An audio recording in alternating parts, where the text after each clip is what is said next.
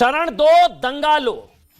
France में जो आग है ना, वो यूरोप के बाकी देशों में भी फैल रही है। आज की सबसे बड़ी खबर, शरण दो दंगा लो।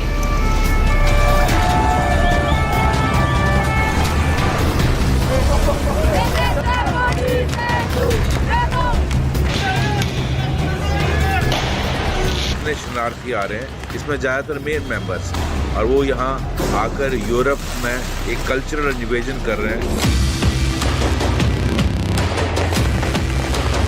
भारत को चाहे वो रोहिंग्याज हों, म्यांमार से आए हों या बांग्लादेशीज हों, उनको आइडेंटिफाई करना चाहिए। यहाँ CAA या NRC को इमीडिएटली इम्प्लीमेंट करना चाहिए।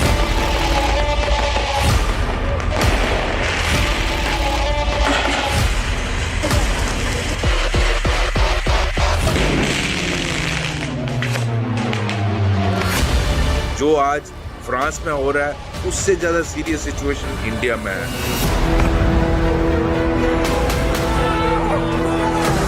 फ्रांस की जो माइग्रेशन पॉलिसी थी वो काफ़ी सॉफ्ट थी और इसका इस्तेमाल काफ़ी यूज़ किया मुस्लिम वर्ल्ड ने।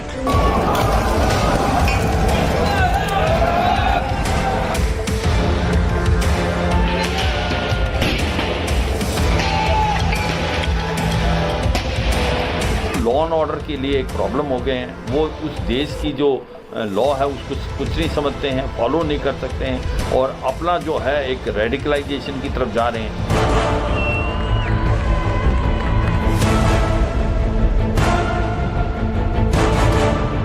भारत को एक लेसन सीखना चाहिए जो आज फ्रांस में हो रहा है।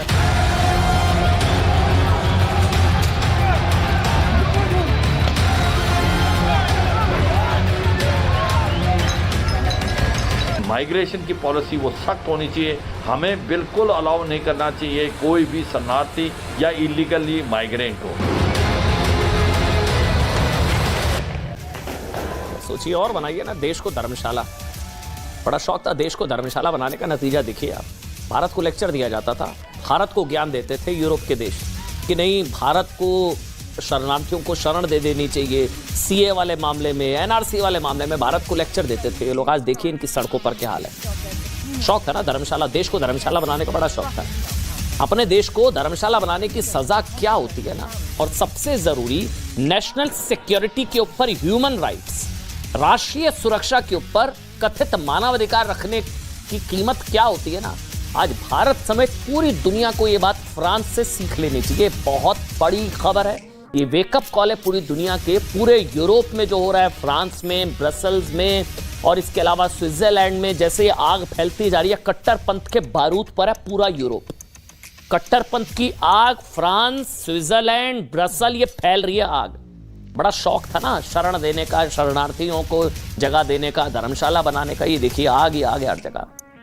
भारत समेत दुनिया के कई देशों को शरणार्थियों के लिए मानवता की दुहाई दी जाती थी, लेक्चर दिया जाता था कि इंडिया में देखिए मानवाधिकार सोचना चाहिए, शरण दे देनी चाहिए। CA के नाम पर बताया जा रहा है कि मुस्लिम शरणार्थियों को यहां भारत में बसा लेना चाहिए। ये देखिए क्या हो रहा है। शरणार्थियों को बसाने का दबाव डाला जाता है, शरणार्थियों को सुविधाएं देने की बात कही जाती है। छोड़िए ना नेशनल सिक्योरिटी, राष्ट्रीय सुरक्षा, मानवाधिकार बड़ा होता है शरणार्थियों का। हमारे यहाँ रोहिंग्याओं के लिए भी इतना ही दिल, कुछ लोगों का दिल पसी जाता है रोहिंग्याओं घुसपैठियों के लिए। इसलिए अभी SP वैद ने जो कहा सबसे इंपॉर्टेंट है, NRC तुरंत लाइए, तुरंत NRC लागू कराइए। भारत में जो फ्रांस में हो रहा है, कल को भारत में ना हो, सारे घुसपैठियों को बाहर निकालिए यहां से। जो फ्रांस में हो रहा है वो भारत में ना हो, NRC लाओ, भारत बचाओ। मतलब सारे घुसपैठियों को बाहर निकालने की जरूरत है। शरणार्थियों के लिए ऐसा ही स्वर्ग माना जाता है। किसे? फ्रांस को। 7 दिन हो गए, 7 दिन कट्टरपंथ की आग थम नहीं रही है। पूरे दंगे हो रहे हैं, जगह जगह हिंसा, आगजनी, तोड़फोड़, फायरिंग, पता नहीं क्या क्या चल रहा है। कट्टरपंथियों ने पूरे चंगुल में ले लिया पूरे फ्रांस को। ये देखिए आप तस्वीरें। फ्रांस को दंगों की आग में जलाने के पीछे बड़ी संख्या में वही लोग हैं, ये वही लोग हैं जिन्हें फ्रांस ने सेकुलरिज्म और मानवाधिकार के नाम पर देश में शरण दी। वैसे फ्रांस ने तो बड़ा दिल दिखाया था। ये देखिए उन्होंने क्या किया, रहने को घर दिया, खाना दिया, बच्चों को शिक्षा दी, रोजगार दिया, बेहतर जिंदगी दी, सिर उठाकर जीने के लिए सम्मान दिया। उन्हीं शरणार्थियों को पनाह देने वाला फ्रांस अब खुद तौबा कर रहा है। खुद तौबा कर रहा है, अब उनसे पनाह मांग रहा है अपने देश में, अब इनसे पनाह मांग रहा है फ्रांस। जिन लोगों को बेचारा समझकर फ्रांस ने बड़ा दिल दिखाया था ना, नेशनल सिक्योरिटी को कॉम्प्रोमाइज करके, और इंडिया को लेक्चर किया था यूरोप ने, जिन लोगों को फ्रांस ने सताया हुआ मानकर शरण दे दी, अब वो कह रहे हैं अतिथि तुम कब जाओगे, शरण दो, दंगा लो। उन लोगों ने ही फ्रांस में आग लगा दी है, आग। बस तस्वीरें देखते जाइए, पूरी कहानी बताऊंगा आज। वही शरणार्थी फ्रांस के शहरों के लिए, लोगों के लिए, महिलाओं के लिए, बच्चों के लिए डेंजर बन गए, डेंजर। फ्रांस में एक एक शब्द को ध्यान से सुनिएगा जो बताने जा रहा हूं, रूह कांप उठेगी आपकी। फ्रांस में शरणार्थी दंगाइयों ने 4000 से ज्यादा जगहों पर आग लगा दी, 4000। 500 से ज्यादा इमारतों में या तो आग लगा दी या उन्हें जमींदोज कर दिया, क्षतिग्रस्त कर दिया। दंगाइयों ने 2000 से ज्यादा गाड़ियों को जलाकर राख कर दिया, 2000। 1700 से ज्यादा दुकानों में लूटपाट की रिपोर्ट। अच्छा, चोरी अलाउड है, चोरी अलाउड होती है यहां, पता नहीं, लेकिन सब लूटपाट कर रहे हैं। लूटपाट की रिपोर्ट दर्ज हो चुकी है और फ्रांस की पुलिस अब तक 3000 से ज्यादा दंगाइयों को गिरफ्तार कर चुकी है, 3000। फ्रांस के दंगों की आग आगे बढ़कर स्विट्जरलैंड और बेल्जियम तक फैल गई है। बेल्जियम ने भी जिन लोगों को शरण दी थी, अपने देश में बसाया था, रहने को घर, खाने को अच्छा खाना और जीने के लिए सुविधाएं दी थी, 3 तस्वीरें। फ्रांस में दंगे, स्विट्जरलैंड में दंगे, बेल्जियम में दंगे।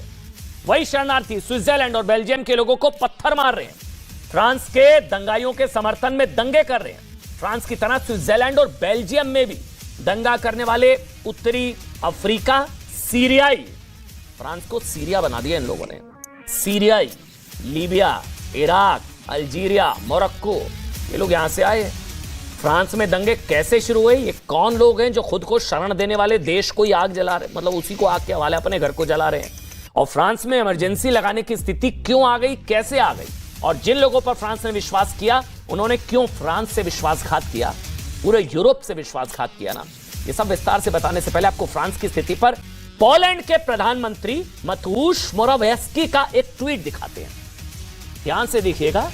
पोलैंड के प्रधानमंत्री, इस ट्वीट में पोलैंड के प्रधानमंत्री मोरावेस्की ने एक वीडियो शेयर किया, ये वीडियो शेयर किया गया है, इसको फुल स्क्रीन पर दिखाइए, वीडियो देखिए आप। इस वीडियो में एक और जलता हुआ फ्रांस है, ध्यान से देखिए, और दूसरी तरफ शांत पोलैंड, सुकून, शांति दिखाई दे रही है। एक तरफ पोलैंड, मतलब जब फ्रांस में दंगे हो रहे हैं ऐसे वक्त में पोलैंड कैसे शांत है, कोई दंगा नहीं, कुछ नहीं।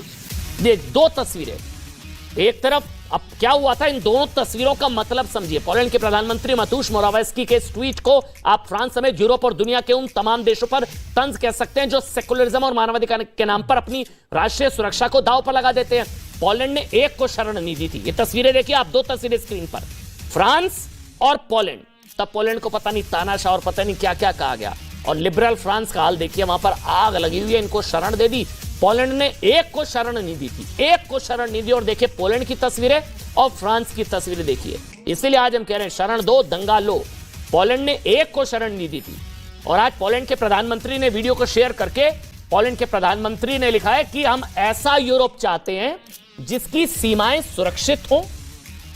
सुरक्षा और सार्वजनिक व्यवस्था, ये वो मूल्य हैं जिनके बाद ही बाकी कुछ शुरू होता है।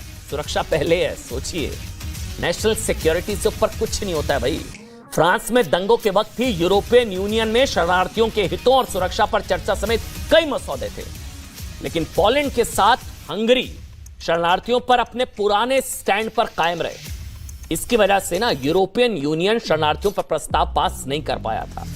शरणार्थियों को लेकर पोलैंड का स्टैंड क्या है, यह बात आप पोलैंड के नेता डोमिनिक के एक पुराने टीवी इंटरव्यू से समझ सकते हैं। पोलैंड आज कैसे शांत है।